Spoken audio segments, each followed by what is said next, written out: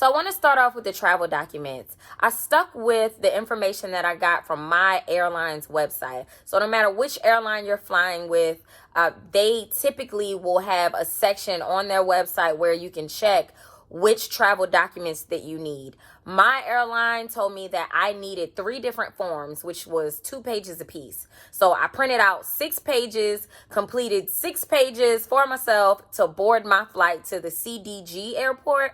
And I didn't need any of those forms. The ticket agent at check-in only asked me for my negative COVID test and my valid passport. That was it.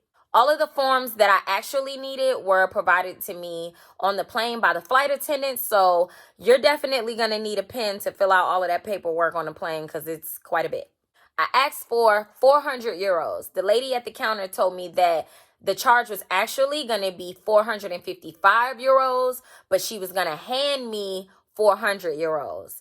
And then when I checked my bank statement, it was 527 US dollars out of my bank account for that transaction. Must-haves. Definitely a wash rag. If you're used to using the square wash rags that we typically use here in the US, take you a wash rag. I recommend getting a large pack of the cheap ones from Walmart because the morning that you leave, once it's wet from you washing up or washing your face or taking a shower, you can just leave it in the hotel room and they'll throw it away. They're really cheap. You get like 50 of them for $4. So I recommend taking those because the hotels in Paris do not have wash rags. They have large face towels, which typically in other countries outside of the U.S., I find that they just have the large face towels and body towels. A converter. Your American plugs will not work in the wall sockets in Paris. You need a converter. I use a travel surge protector so I can plug in more things with it, but my little cheap one from Amazon works perfectly fine. I definitely recommend a portable battery because if you're like me and you're from the United States, you're probably going to want to do a lot of filming, a lot of picture taking. Take you a portable battery because Uber will eat up your battery and so will Google Maps. Now, we stayed at Hotel Gaston. Gaston is how you spell it, and I just found that on the Expedia app. When you're returning from the CDG airport to whichever airport here in the United States, I do recommend getting to the airport 3.5 hours early. And I know that's a whole lot of time between when you arrive and when you actually board your flight. I'm telling you, it is very, very important to arrive at least 3.5 hours because in Paris, they say that everybody that I asked said that you needed to book an appointment to get your COVID test in order to return to the States. And I found that when I went on the website was only in French, Dutch, and another language, but none of the languages available were English. So I had a really hard time booking appointments to get COVID tests to come home. So what I did was I did some more research. I went out into my hotel area in the lobby. And because Hotel Gaston has 24-hour front desk service, I asked the guy at the front desk and he said there's COVID testing inside of the CDG airport. There's a pharmacy inside of that airport, and it takes about 15 minutes to get your rapid test results back, your rapid COVID test results back. So 3.5 hours is plenty of time. Get there, you pay for your negative COVID test, they swab you, get your results back in 15 minutes, and it does relieve a lot of stress opposed to being in another country, having to book an appointment and figuring out which testing site to go to. Just get it at the airport. I found that was a lot easier for me and my family. And one last thing, when you are checking in at the CDG airport, they actually put on your ticket the time that they start boarding. So make sure you pay attention to that because here in the States, our ticket agents put the time that the flight is leaving or the time of your departure. In Paris, which I think is great, they put the time that they start boarding at the gate. So that's the time that you actually need to physically be in front of the check-in gate ready to board. Thanks so much for watching, everybody. I really hope this information was of some help to you and your family. Leave me comments, questions below. I'll respond as soon as I see the message, and I'll see you guys in the next one.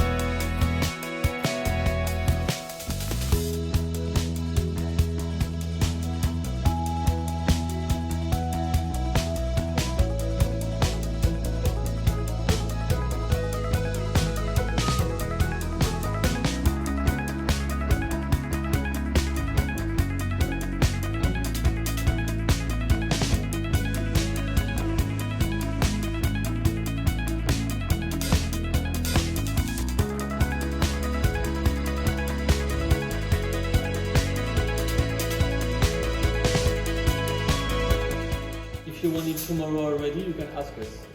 Okay? Okay, thank you. And the day of the departure, you have the room till 12.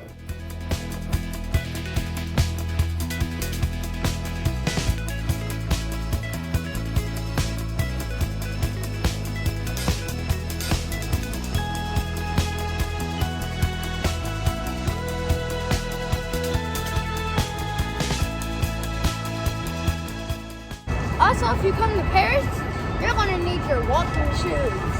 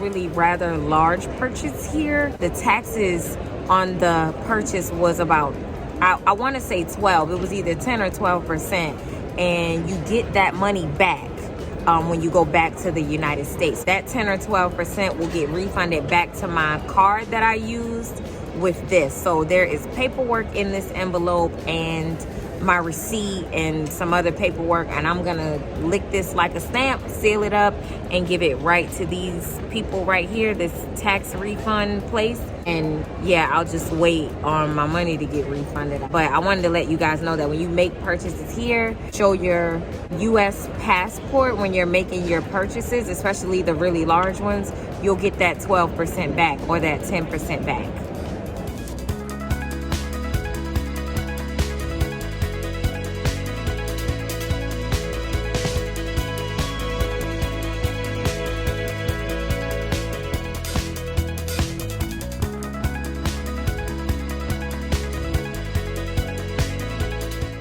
And another thing, where I'm from, these cost money.